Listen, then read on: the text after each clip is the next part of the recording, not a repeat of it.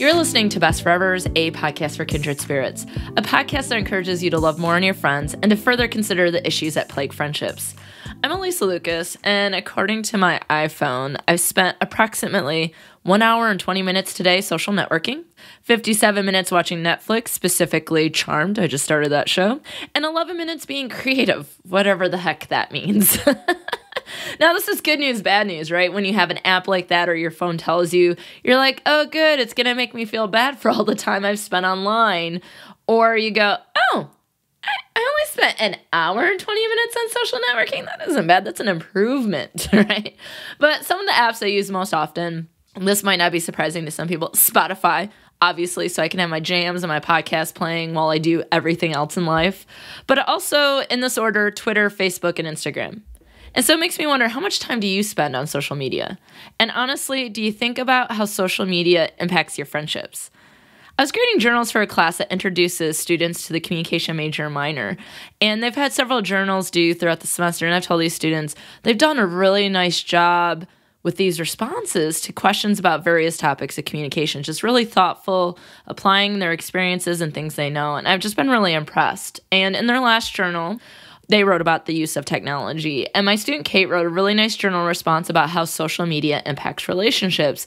And through that, I was like, this episode is born. I have been inspired. Now, certainly, I was going to get to social media at some point, and I'm going to get to it again. This is not a one episode topic for sure. But I was inspired by Kate and my other students. And so I was like, let's do this now.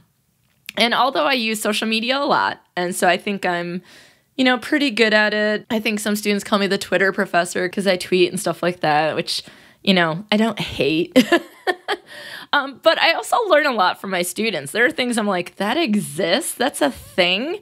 And this happens every single semester. I learn something new from my students about social media. So in this episode today, I wanted to explore how social media impacts our friendships, but even more how we view our friends and ourselves due to social media about friendship. So with the help of listeners and students, I'll first discuss some of the benefits of social media, but we also truly need to consider the consequences of spending time on social media, what it does to us and our friendships. So first, of course, there are plenty of benefits of using social media in your friendships. First of all, the very first benefit that is obvious to me is that we are able to build friendships through social networks or shared interests like on Facebook. So we can make friends through social media. I'm a member of many Facebook groups like related to My Favorite Murder, but also ones related to podcasting, to The Walking Dead, to knitting, to food. There's all sorts of ways in which you can connect with people that are like-minded or have similar interests, and then you might contact them and become Facebook friends and interact more frequently. And in some cases, if they're near you, you might be able to meet in real life. So yay for making new friendships or finding support online, right? That is a great benefit of social media. And how many of us maintain so many of our friendships and family relationships online? We're able to stay connected, see photos of what people are up to, and interact about so many topics. And I have to say, my brother Michael lives in California, my brother Jeff lives in Florida, but seeing pictures of my nephews online or videos, and of course we text and things like that, but you can see posts online, and that's really great too to stay connected. So some of my students said that the benefits are staying in touch with people from your hometown, maintaining long-distance relationships, and one student, Ash, talked about staying in contact with their friends from study abroad, and their friend group, which included 4 people from CMU and 1 person from another university in Michigan called Saginaw Valley, that they can all communicate together. So thinking that many people might have a Facebook Messenger group or might have a secret group on Facebook so that they can stay connected. And certainly that is also the case for some of my listeners. So Crystal talked about how she uses technology. Quote, "It's like anything technology touches. It's how you use it. I think it helps me stay better connected with friends and family. Sometimes they post things that they would forget to tell me." How many of you that's happened to you where you're like, were you going to tell me? Oh, well, I posted on Facebook, right? She also says, "I had a 2-hour-long phone call with a good friend of mine this week, and it felt like we didn't miss a beat because we stayed connected through Facebook. Has social media shown me sides of people that I didn't know and weren't happy about? Sure. But another reason for me to connect with them another way and to get their viewpoint." So she sees it as a way to stay connected, but also learn more about her friends. Diana also mentioned that she likes Facebook because it allows her to stay connected, but she also gets concerned of whether or not it's enough. A like or a gift doesn't make a lasting friendship, but it's certainly a good reminder to stay close. And I would agree. It's like, that's not how you become best friends with someone, is liking their Facebook post or they're retweeting or, favoriting something on Instagram. It's really like a way to say, I'm still with you, or I support you. And so there's ways that you can support your friends online. And my mother, Nancy, says, I think social media is a great way to keep up with friends, especially across the world. And she loves getting pictures that get posted for family events or weddings, like a video for those who couldn't attend the wedding. And so there's lots of things that we can be a part of that we wouldn't have been able to be a part of if we didn't have social media. I also think about people who might not be as extroverted or comfortable with face-to-face conversations. And it doesn't necessarily mean it has to be a personality thing. It can be a comfort thing. Maybe people have some anxiety. And I think the internet allows us more time to read messages, to craft messages, to send messages. And I think this can be helpful in a lot of ways. But social media can also move really fast. And by the time you craft a message, there can be something completely new trending on Twitter. So I think that's something to consider. And in line with that, I talk about this theory called social information processing by Dr. Joel Walther. And one of the things he does is look at how people develop relationships online by sharing information about themselves and then creating an impression. And if you find that it's a positive impression, that you're more likely to create a relationship with them. And one of the things that he predicted and has found through research is that online relationships can be just as intimate as face-to-face relationships, but it takes longer to do it. And so he has this ratio. It's a 4-to-1 ratio. It takes 4 times as long to get close online as it does face-to-face. And so that's one of the things, is it gives people time. And so they can build intimacy, but it might just take a little bit longer. And that might really work for people, right? It doesn't have to be something that's so quick and boom, boom, boom, boom, boom, boom. It's, let's take some time and get to know each other. An unexpected benefit that we might not all consider is that social media documents our lives. And I think some people will be like, isn't that a negative? I think there's a quote that says, never has there been a generation that has documented more of their life accomplishing very little. So it's like, today I had waffles and they were delicious, right? And I think we do document a lot, but one of my students, Sarah, told me about a friend that she lost when she was 16 years old, and that her friend was sick and that he passed away. And so one of the things she said is that when she misses him, she can visit his Facebook page and reconnect through all the messages that people posted, look at all his pictures, look at all the posts that he had. And that's something that maybe we don't think about, but that we can really become connected with people and have a space where we can heal together, remember people fondly. And so that was something that she shared with me, and I thought it was something, we don't think about that a lot. And then one listener, Max, talks about loving social media because it lets you know who people really are. So maybe it's not what you're thinking, but it's still informative, right? She says, I think social media has ended some friendships for me because I realized we were fundamentally on very different pages about key moral and political issues. And I think this is a very good thing. And according to an article called Social Media is Killing Your Friendship from January 9th, 2018, it indicated that we're likely to unfriend people because we do disagree on an issue. And so although Crystal talked about it being a benefit to learn more about their viewpoint, Max is talking about, okay, I've discovered now that this is not something that will work. And isn't that a good thing that we can save time and energy and so on and so forth by knowing that we are fundamentally different and maybe not going to get along? So those are some of the benefits. Of course, I'd like to hear some of the benefits that you've come across, and you can email those to me at bestforeverspod@gmail.com. And since we're talking about social media, feel free to tweet, Insta, or Facebook at me at bestforeverspod. It does feel a little weird to sort of sell the social media when we're talking about social media. But I think as we talk through the consequences that I'm going to move to now, that it's not necessarily getting rid of it all. It's about using it wisely, right? And I think that's the case whether you're posting about a podcast or posting about a friendship. So one of the number one consequences, let's just get into it. Let's get our hands dirty. Let's figure out what's going on. What are the things that we've all experienced? Let's just put it out there so that we're all aware of it. We're all feeling like accepted and that we're connected and feeling like you get me, Alysa, because we're all experiencing this.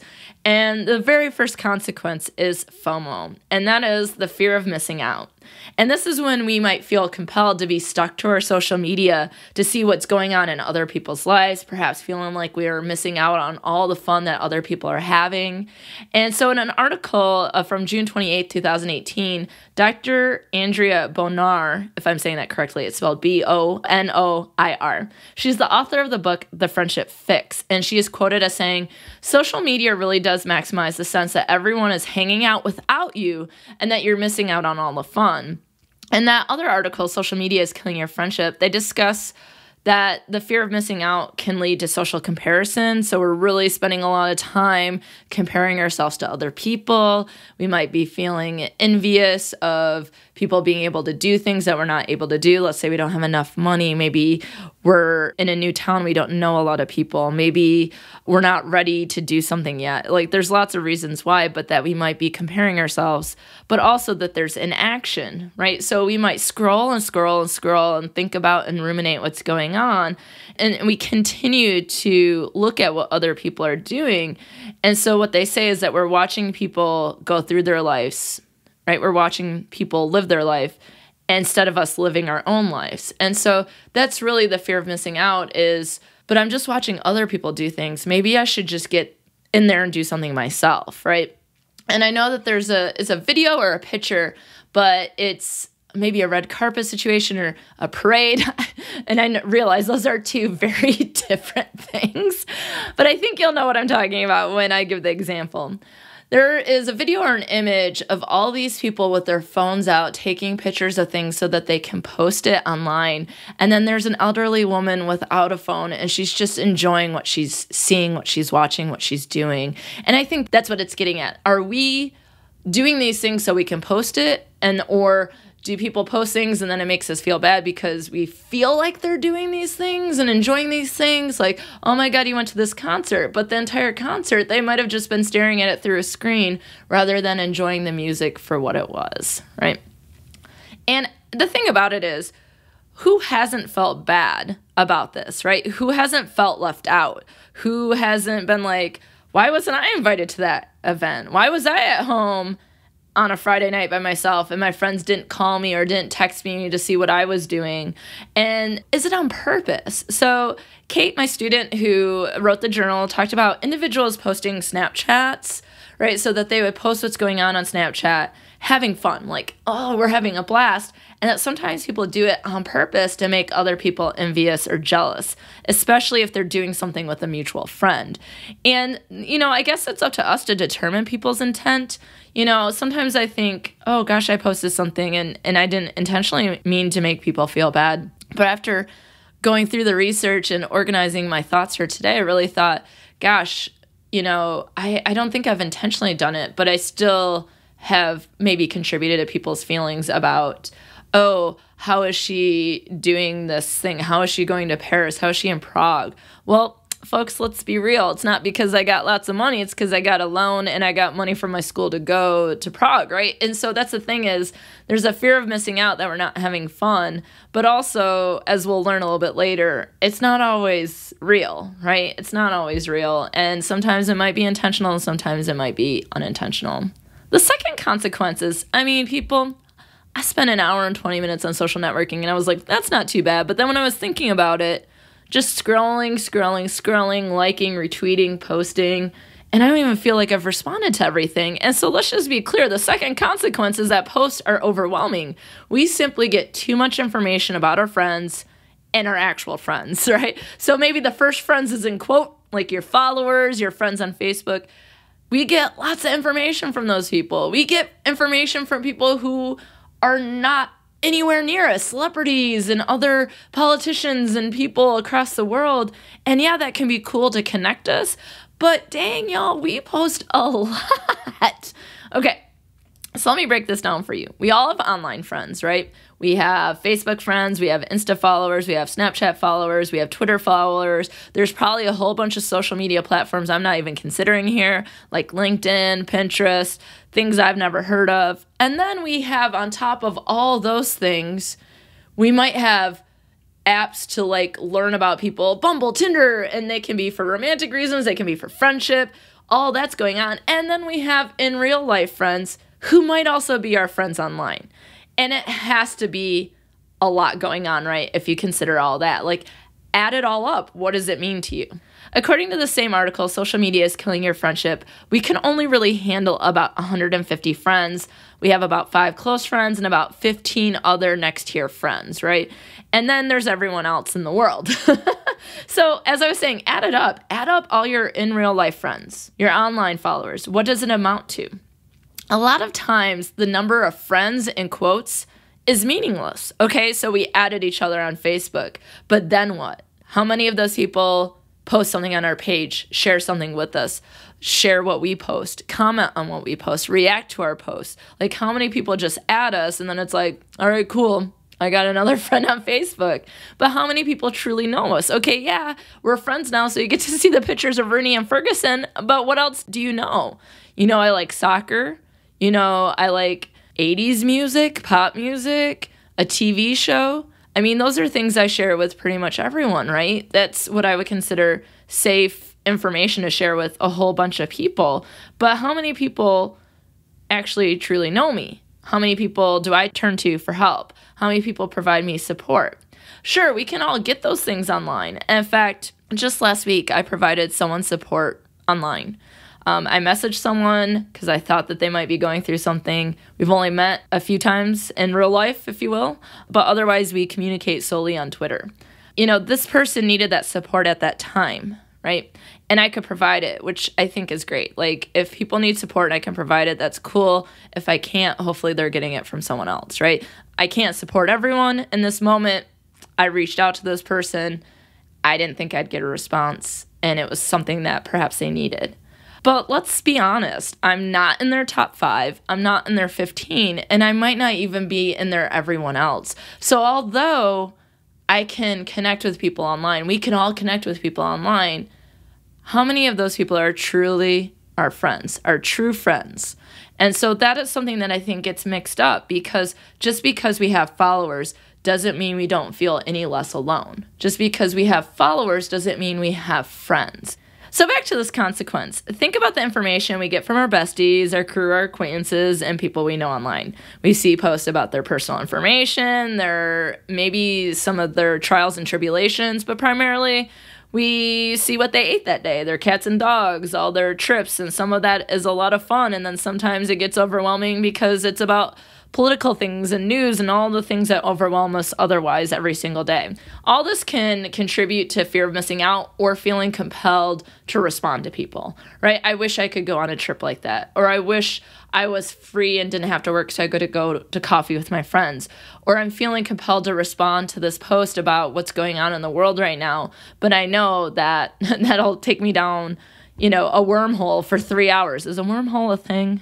You know what I mean? You just get wrapped up in it for a really long time. And so it can just be really overwhelming. There's a lot of messages, and we cannot process all the information and just thinking about all the other things that are going on in the world. But we can also feel like we know what's going on with our friends because we read their posts.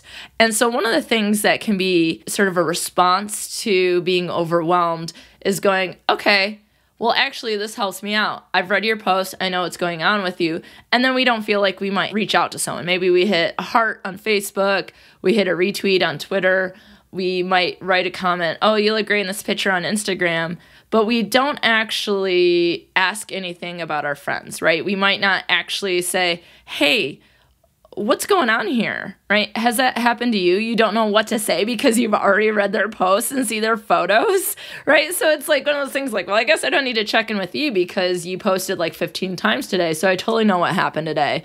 You got up at 9, then you took a shower, then you had those waffles, and then your cat did something cute, and then you went to work, and then you did something with a student that was cool, on and on and on. So it's like, well, I guess we don't need to ask her anything because, why would we? I already know everything. And I think that can lead to our next consequence.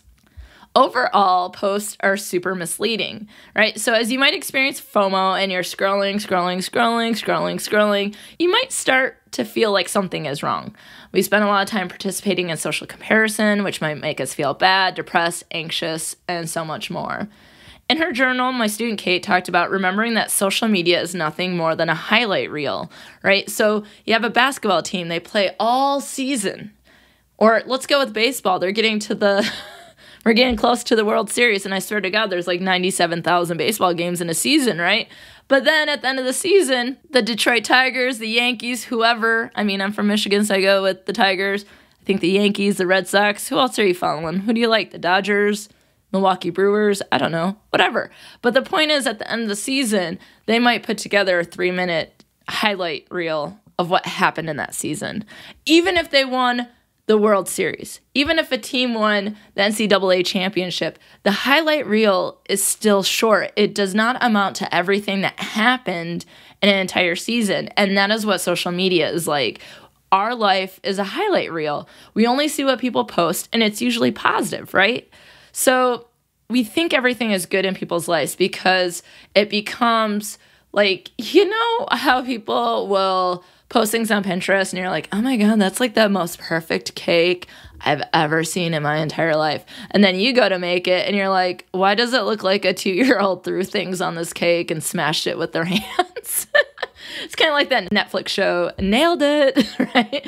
And so one of the things is that it can seem very much like a Pinterest world when we're very much in the 2-year-old made this cake with their hands and smacking it world, right? That's where we might be at. And so we might actually be missing out on checking in with a friend because we think everything is going well for them. But we are less likely overall to share the bad things going on. I certainly post cute pictures of my cats. I did like 10 minutes before I came up here. And what I'm doing in class, or this cool thing that I got to do, or just, gosh darn, this is the best teddy bear coffee latte thingamajig I got at Big B Coffee that I've ever had in my entire life. And you know what? Today it was the best, right? We post those kinds of things all the time, but I also don't post about the crushing feelings of student loans, right? You know, I mean, we already got negative things to deal with. We're already dealing with that. And so sometimes to post all those negative things online can be overwhelming for people. It can be stressful for ourselves and for other people. And sometimes we just don't want to put those things out there into the world, right? There's something very different about enjoying a teddy bear coffee than there is to say, I owe so much student loans that I think I just need to have children so that my children and my children's children can pay it off. And I wish I was kidding, okay? But that's the thing, we don't talk about that kind of stuff. And should we? I guess that's a question to pose. Should we be talking about this stuff? Should we be talking about our mental health? Should we be talking about these? Maybe if we did, we'd be able to have these conversations not only online, but in real life. And so, you know, let me know what you think about that. But keep in mind that most people do only post positive stuff, right? So my mom, Nancy, also said social media is also just usually snippets into their lives. You cannot connect on an emotional level. Also, it can make people envious of their friends, as most posts seem like they might be bragging what I'm doing that you aren't, which goes back to FOMO. She says there's nothing like face-to-face, in her opinion, that you can truly connect with people. And so you can connect with them on the things that are going well, maybe enjoy that teddy bear coffee together, and you can talk about the things that aren't going so well, right? But we're not going to do that with everyone. It might be with our 5, maybe some of our 15, but not with our 150 and beyond. My student Leanna describes something also called boasting and posting, which I think also leads into sort of this misleading that we're all living these great lives. And maybe we are, and that's awesome. And don't we all want to live our best lives? I think that is a goal, right? You know, hashtag life goals, right? But there's also things that aren't always real. And she talks a little bit about online we strive to impress others, which can feel fake or come across as fake, or it doesn't get at sort of that real emotional connection that my mom was talking about. And so she says that boasting and posting is where you talk about things like, I'm so excited for my best friend's birthday, yada, yada, yada, oh my God, da, da, da, da, da. But then they actually haven't talked to that person in years. So you might be like, oh my God, they have like the best friend and they post for their birthdays and do all this stuff. But the thing about it might be they might not actually be that close to that person. And so we can get this image of people's friendship that might not be accurate, which of course leads us to consequence. And number 4, social media produces a lot of feelings of inadequacy and unrealistic expectations. I had a student tell me in a journal that when they're on Facebook that they don't feel like they're doing enough. People are graduating, getting married, having kids, getting new jobs, traveling, and it feels like they can never catch up. And this reminds me of another student. Her name is Samantha. And when I taught a semester of Dark Side, she described something I hadn't heard before, but I still bring up, and I message her on Twitter because we're still connected that way. It feels really weird to talk about connecting with people on social media when talking about social media, but that's what we did because it's there and that's what we do.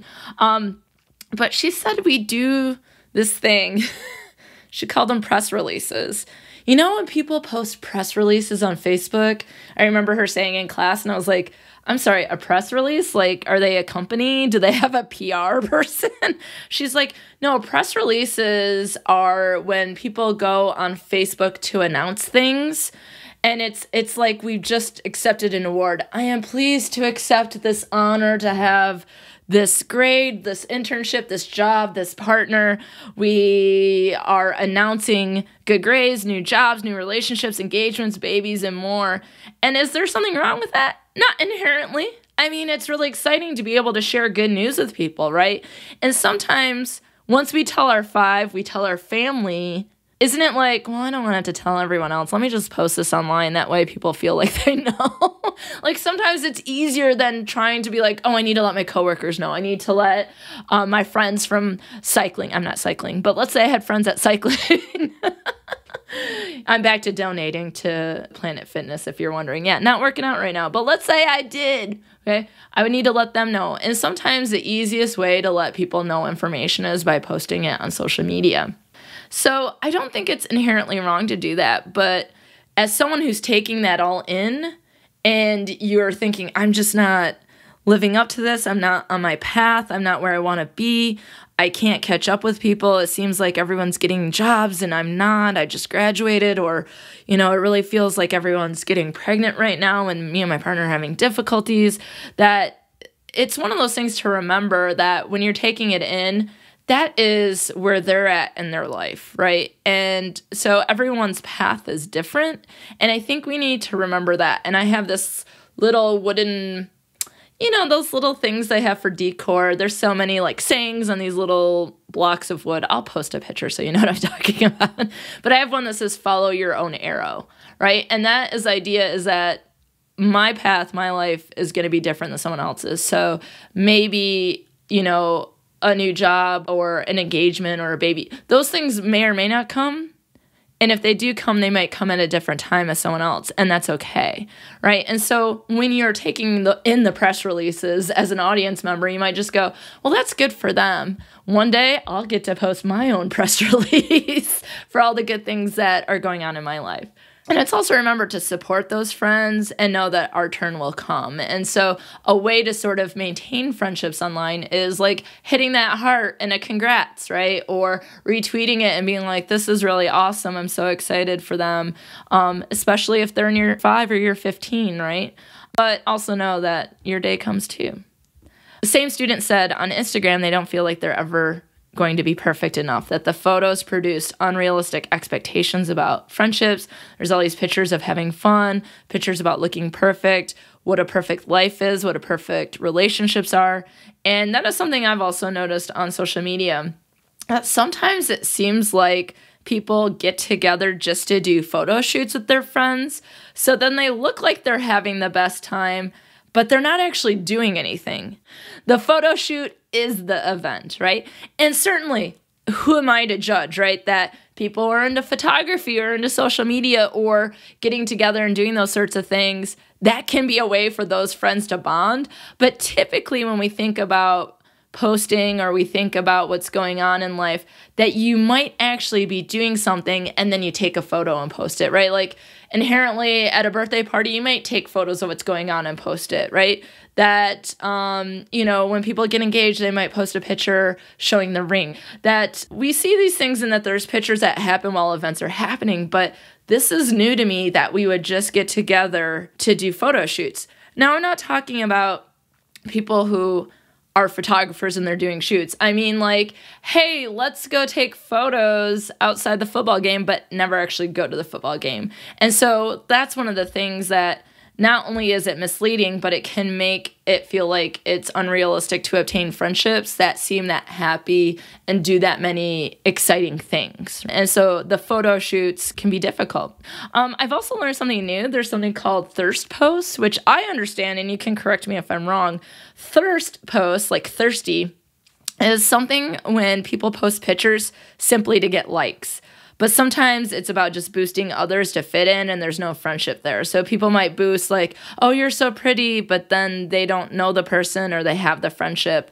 And I was reading this article about an Instagrammer from Australia who had over 600,000 followers, and then she just went offline because she was like, this is not real life. Everything I'm doing is to get likes and that sort of thing. And likes don't mean that you're friends, right? Like, I mean, how many people you just scroll through and you're like, oh, that's a cool photo, and it's like double tap it, right? Or you're like, oh, that's a funny GIF, I'll retweet it. But that doesn't actually mean that there's friendship there. And so I think that can lead to some unrealistic expectations about life and about our friendships, right? If we're doing these things to get likes, that we might still feel lonely, that we might still feel depressed, we might still feel anxious. We might be doing things just to get likes versus finding people in our life that do have an affinity for us as people. And I think that also relates to Snapchat streaks, where it's like, how many days in a row do you snap each other? And do we have the streak because we're already friends and we use Snapchat a lot? Or do we do streaks to do streaks so that we can say that we have the highest streak, right? And so, again, we have to be careful that, oh, we have the highest streak on Snapchat. What does that mean, though? Does that mean you just set something back and it didn't really mean anything? Or did it really help you bond in your friendship? And I guess maybe a more important question is, what do you want out of friendship? Do you want Snapchat streaks? Or do you find that the humor and the tradition of streaking actually helps the friendship? So although I'm talking about these as consequences, there's a lot of good things that can come from this as well. One of the things that can be really difficult for friendships now as well, with so much influence that we have with social media, is when we expect people to like and retweet our photos and our posts. You know, sometimes if I want something to get out, I might ask a friend, hey, do you mind retweeting that? Right? Like, I'll put it out there. I would love to interview someone from the TV show on ABC called A Million Little Things. If you're not watching it, it's a great show. The 3rd episode aired this week on Wednesday. It's on at 10 o'clock Eastern Standard Time, right? And it's a show about 4 friends, right? And what I like about it is that it focuses on men's friendships, which, as you know, if you listen to the episode Male Friendship with a capital F with my friend Dr. Jonathan Bowman, then you know that male friendship is something that I think is extremely important, but we don't talk a lot about. And so I was really excited for the show to come out. But not only that, the show also focuses on mental illness and that one of their friends has completed suicide. And so it's the aftermath and them trying to figure it out and where they stand, how they're friends, what it all means. And yeah, so I would love to have someone from that show come talk to me about male friendship. I think it's extremely important, and I think the show is really valuable. So yeah, I asked a couple friends, do you mind retweeting it? So ABC knows that I'm interested in that, you know? But what if people are like, why didn't you like my picture today? Right? That people might actually delete posts because they're not getting enough likes or retweets or favorites, right? That it becomes a competition. And so, yes, can we support each other by liking and retweeting things on social media? Absolutely. Is it a requirement, though? Is it something that can end a friendship if you're not doing it enough? And I think demanding it can make it difficult for people to meet this expectation, especially given the sheer amount of posts there are for everyone to go through and the sheer amount of quote-unquote friends we have online, that we simply might miss posts because of an algorithm on Facebook, right? Or that today was just a busy day, or, you know, I'm not having a good day, so I didn't go on social media, or I set a boundary for myself and I disconnected, so I did not see it. I'm studying, I'm working later, I'm spending time with my kids, whatever it might be. Demanding or expecting people might do that might lead into some conflict, I would imagine. So the next consequence And I'm talking about getting complicated. Yes, social media can make friendships super complicated. So, for example, are you friends with your online friends in real life? If not, when your friendship is focused online and you do meet, how do you talk to them? Are you prepared to have conversations? Because some people say it might be a challenge to know a lot about people online. And then when you meet them face to face, you're like, yeah, so cool. I know about your cats, Rooney and Ferguson, and I know that like you have a podcast, but like I don't know what else to ask you. So how are your cats, right? On the other hand, I have a student who say that this actually helps reduce uncertainty and makes interactions great. So my student Nat, she says, social media allows you to know what your friends have been up to, and that can be a conversation starter. So instead of me going, I don't know what to say to you, it could be, so like Alysa, I see on Twitter you like Spotify, TV, podcasts, soccer, cats, and scarves. So tell me about your favorite TV show. Tell me what are your cats' names. Why do you like scarves so much? And can you tell me a good Spotify playlist to follow? Like that might actually be a place to start, and it might be a comfortable place for people to be. But sometimes I think when we know too much, we don't know what to do. Communicating online may also give us the courage to be brutally honest, which can be hurtful to our top 5 friends and even our close 15, or we can get the courage to post without being so direct. So Lacey, a wonderful former student of mine, taught me about subtweeting. In fact, I had to message her on Facebook to ask her what it was called because I forgot. But I have remembered this conversation in many of my classes. She brought it up in one class, and we've talked about it several times, and that is subtweeting.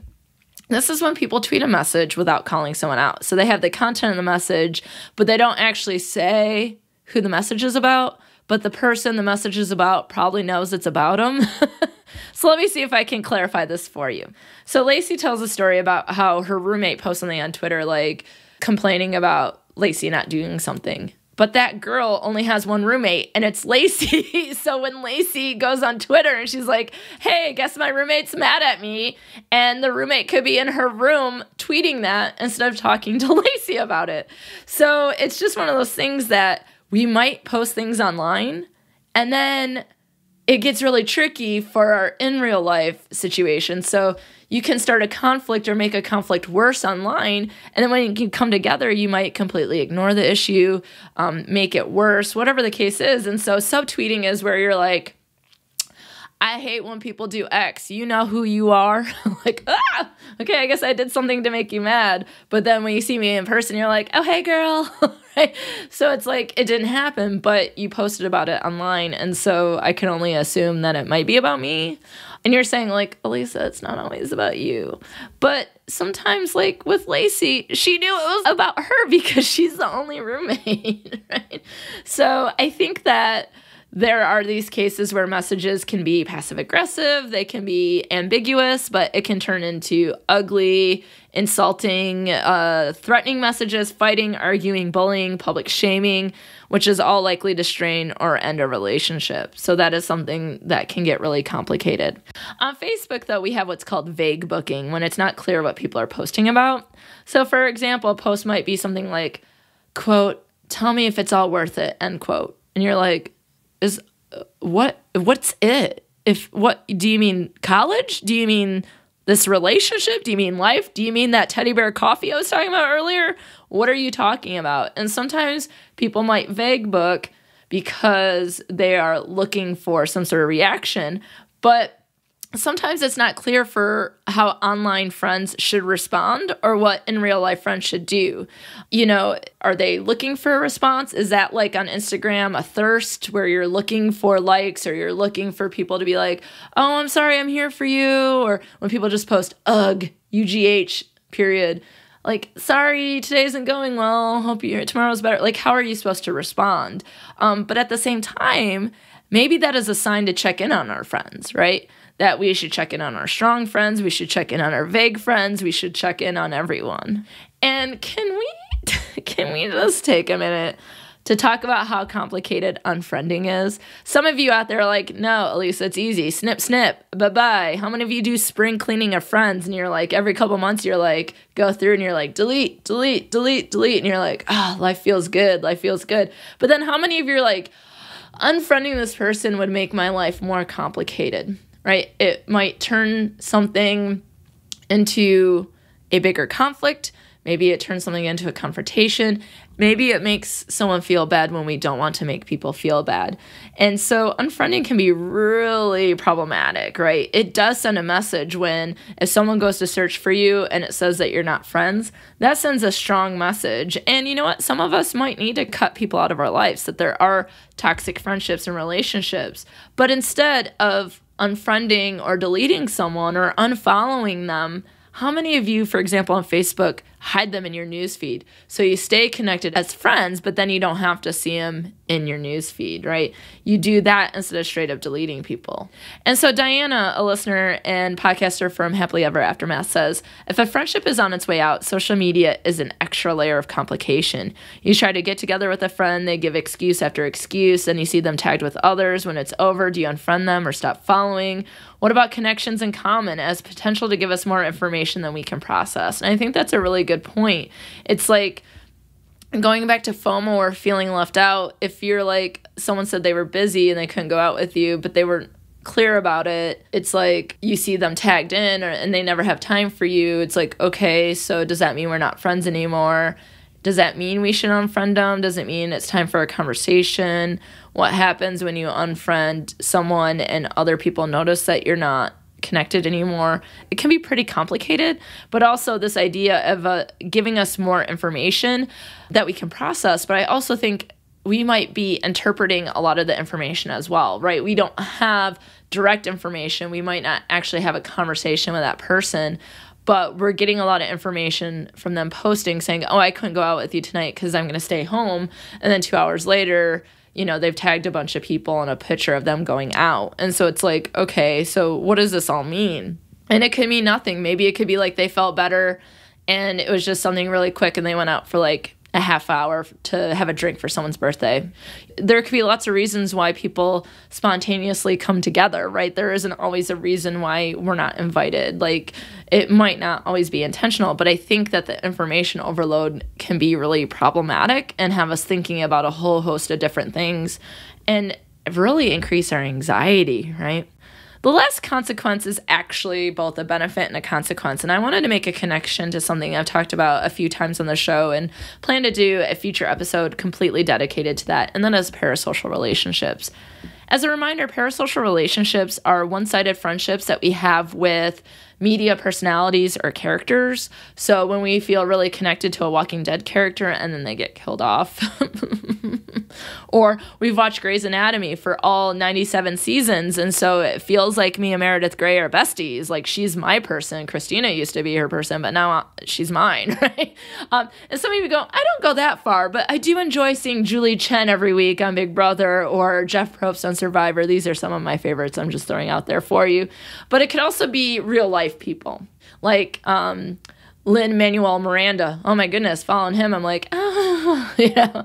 But yeah, so it's not just characters. It can be anchors on a TV station, weather people, athletes, musicians, politicians, podcasters. It can be all sorts of things. And what's really great about parasocial relationships is that although they're not our primary relationships, right? Like Meredith Grey is not my best friend. Like, I have an in real life best friend and other friends. I have a 5 and a 15 and so on and so forth. But there is something about it, having these secondary connections allows us to interact in a way that does give us feelings of friendship, fond feelings, making us feel connected, sometimes making us feel less lonely. And so I think there's a lot of benefits to parasocial relationships. But one of the things that can be a consequence is when you miss out on the return of a friendship, right? There's something about it being mutual, that it's two-sided, that it's back and forth, right? That I say something, they say something. I did a favor for them, they did a favor for me. That they support me in my times of need, I support them in their times of need.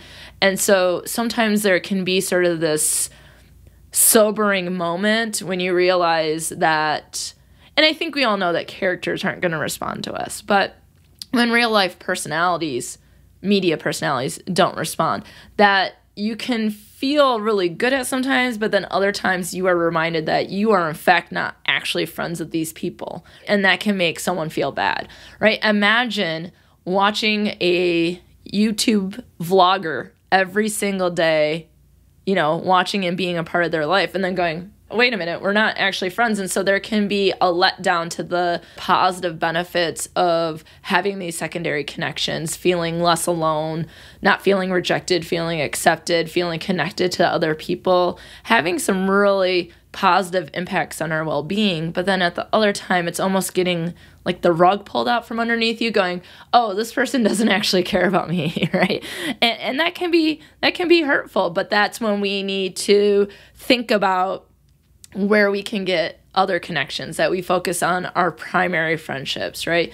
And maybe those primary friendships, even when they're online, to really get the most benefits, we need to take it into offline worlds. So folks, listen, most of us post online. I only know a couple people that admittedly do not have any social media whatsoever, or people who never had any social media have like one account, like Instagram, for example.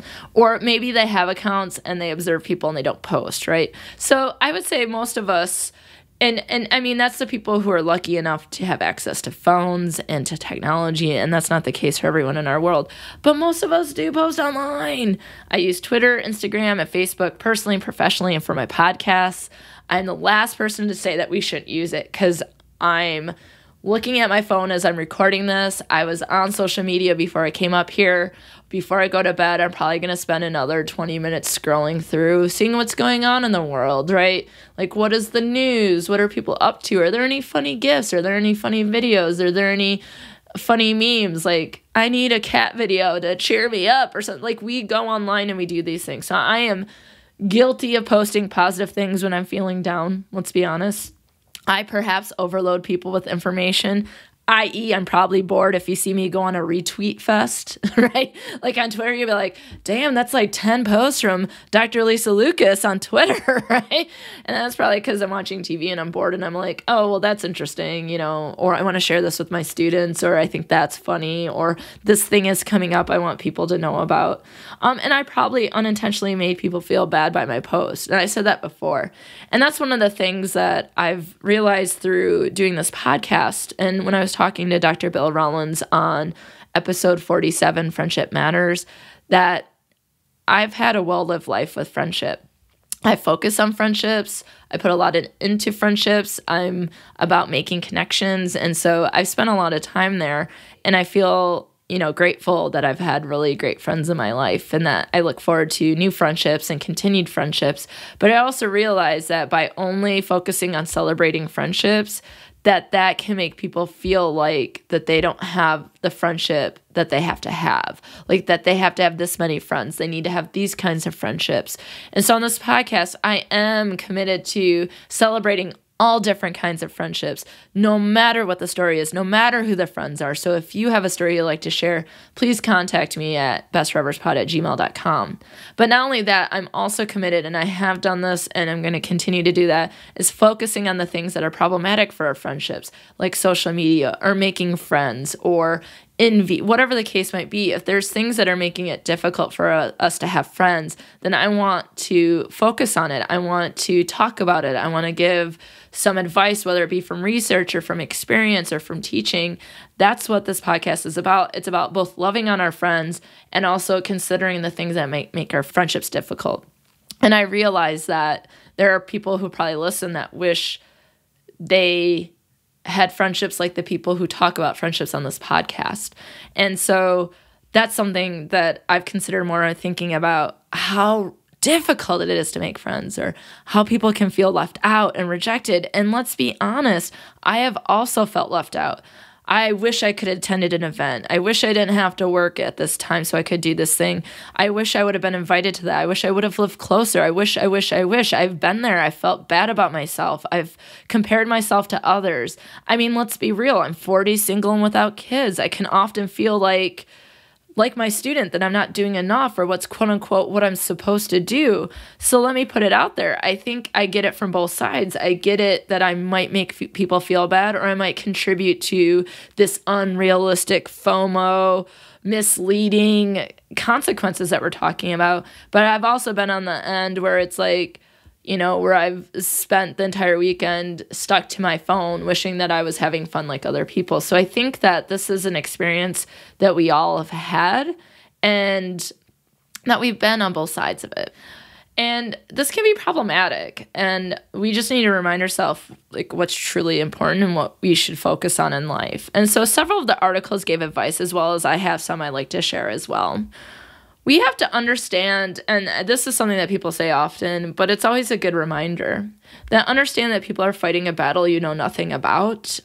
We just never know sort of what people might be experiencing at home, in the workplace, in their relationships, with their health. And so sometimes we post the positive things because we don't want to have to focus on the negative things that we're dealing with, that we're trying to cope with that in maybe some other way. And maybe a way to cope with it is by posting things that are positive. I love this one from one of the articles. Use logic. Sometimes you're not at the event because you live in a different state, right? So sometimes it could be, why wasn't I invited to this? And that could be like, oh, wait, I told people I didn't want to go out this weekend, right? Like, I just wanted to have a couch weekend, snuggle with the cats or something. Like sometimes it's just, we need to think through why, oh, she's with people I don't even know. So why would I have been invited to that? So I think that's important. It says to assess your relationships, like, what kind of friend is this? Is this a top 5? Is it a 15? Is it 150? Or is it everybody else? That might really help you sort of put in perspective what people's posts might mean, and how you might respond to them. And I think as Diana brought up in her comments about how you can see people doing things after they've given you excuses, you might assess whether or not you're close to that person anymore. And it is possible. This happens all the time. We grow apart. We do move away, we have less time, we have other obligations, we try to disconnect from the internet, and so we can't keep up with things. And so that might be something to assess as well. I really like this idea. It is planning your own fun. And this is something that, from jealousy research, let's say after a breakup or something like that, and you see your partner with someone else, one of the things that they might say to cope with jealousy is to find ways to keep yourself busy by going and spending time with friends. And it doesn't have to be like a breakup with a romantic partner. Let's say you weren't invited to see a concert with your friends. Well, you might have other friends, and so it might be about spending time with them. And so it's like, I don't have to feel bad about this thing. I can go over here and do this other thing, right? I was talking about this with one of my friends, is that we don't have friends in one large group. We might have different, I always want to say fractions, but it's like factions of friends. We might have, in high school, it was like, I have my cheerleading friends. I have friends from my drama class. I have friends from elementary school. You have different groups of friends. So if my cheerleading friends go out and I don't go out with them, then maybe I'm hanging out with my elementary school friends, for example. There's other ways to plan your own fun. And I think another way to do that, which was mentioned in another article, is to connect with people. If you feel like you're growing apart from someone, you can connect and say, it doesn't have to be like, hey, girl, or hey, what's up? Why wasn't I invited to that? I see you having all sorts of fun on social media without me.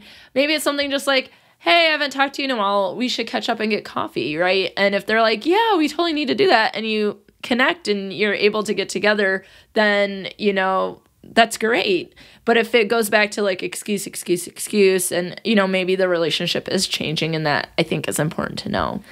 I think that setting social media boundaries can be really great. Like, when do you look at things? Do you set a certain amount of time?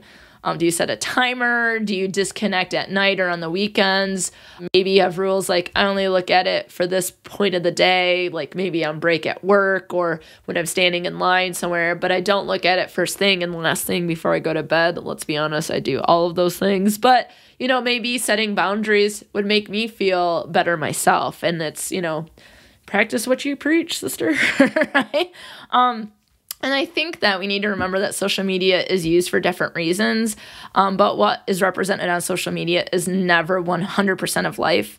It's just a snapshot, snippet, or a highlight reel. And I wanted to read just a little bit from Kate's journal, which inspired this entire episode. It says, when individuals post what is the best in their life, it's hard to see past the glamour and what appears to be happiness. Something I always keep in mind is just because someone posted a picture doesn't mean it's from that day, and doesn't mean I have to adjust my lifestyle to the way their life seems to be going. Overall, it's hard not to compare one's social media relationships to my own, but putting life into perspective of feeling sound and appreciative in my own relationships and friendships helps me to overcome the comparison. The more we compare ourselves and want what others have, the more our own unhappiness will increase. Is it truly worth it over someone else's pretty picture?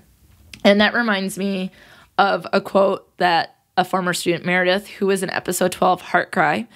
She tells a great story with her best friend Carly about their friendship. But she always says comparison is the thief of joy. And man, is social media not that number one. It's like the top 10 FBI most wanted robbers, am I right? Not only does it steal time, it steals joy. It steals so many things. And so we just need to check in with ourselves. We need to check in with our friends, whether it be vague, it's direct, and it feels like we know everything is going on, because if not, we might go down this path of feeling depressed, feeling like we're not good enough, that we don't have great friendships, our friends don't want to be friends with us anymore. And, that might not be the place to be, right? That might not be a good place to be. And so here's the thing. Social media is not going anywhere. We use it, but it's more about how we use it. Do we feel like we have to compete with others? Do we feel bad about ourselves or about our friends? Are we envious of what seems like a great life? Are we watching life through a screen, or are we living our own life as it's happening, right? Are we in the present moment? Are we engaged? Do we record all of our moments for others and never for ourselves or for our friends? I think it's difficult because this is a way to make, develop, and maintain relationships, right?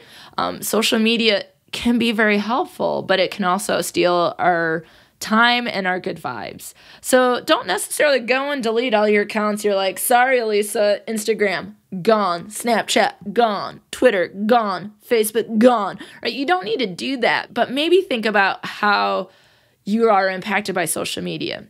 Has it impacted you, your friendship, or your view of friendship? Take breaks from social media. Set up Skype dates with friends. Get a coffee. Live life. And if you happen to take a photo and post, cool. But you know what? If not, that's also cool. So I want to thank you for listening. I love to hear what you think of this episode. Did I miss something? Did I get something wrong? Or do you have examples of how friendship has gone awry online? I'm always taking questions, friendship origin stories, or really any stories about friendship that can be incorporated into future episodes of Best Forevers. And October is also a time for Halloween. And this year, I'd like to do a special themed episode.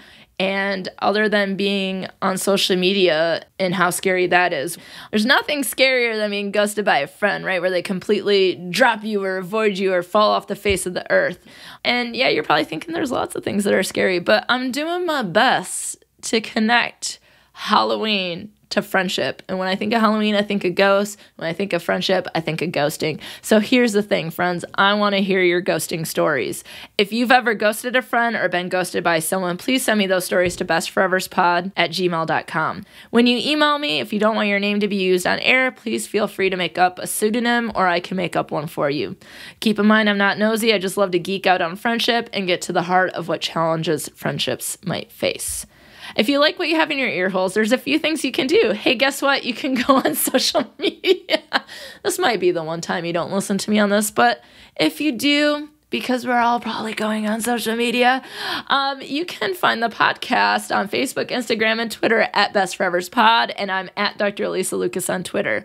Social media is a great way to follow for podcast updates and get involved with discussions and other items related to friendship. I look forward to us connecting, or if you're like, I'm not doing social media, I'll send you an email. That's cool too. If you care about friendship like I do and want to support Best Forevers, you might consider supporting the movement to love on our friends more on patreon.com/bestforeverspod.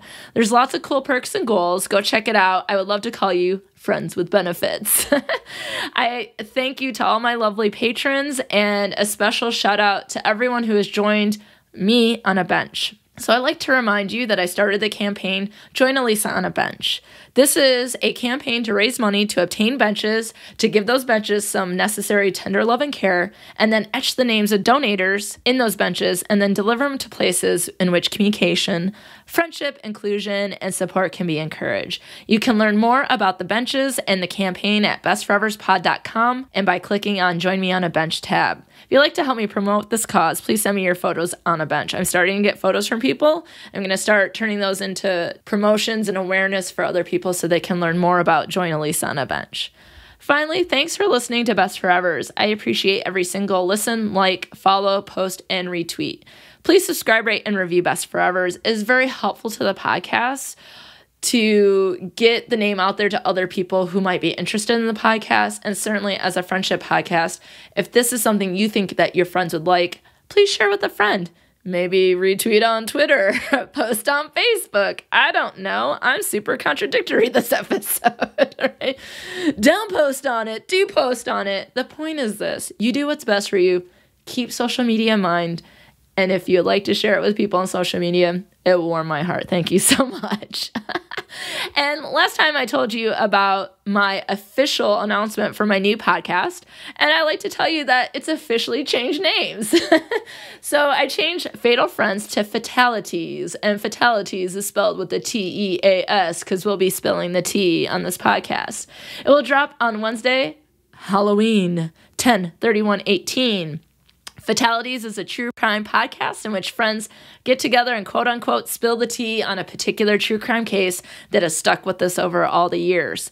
Each episode will explore a case with the help of friends where we discuss what happened, but then we'll take a deep dive into a specific topic that relates to that case. Something that we really need to understand the case, something that maybe we can change or raise money for or raise awareness about, whatever the case might be. So be sure to check out Fatalities on Instagram and Twitter, and I sure hope you'll tune in. This week, in terms of promos, I thought I'd do something in line with what I learned this week. I learned about thirst posts, and so this week I like to promote The Thirst, a podcast where two ladies chat about pop culture. I'm here for it.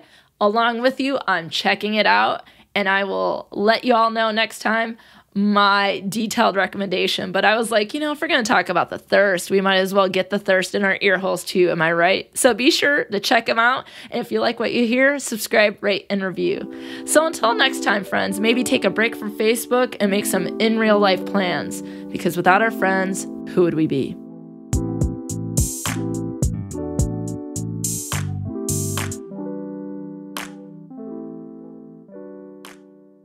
Hi, I'm April. And I'm Steph. And we're from the Thirst podcast. Do you like pop culture news, reviews and discussion?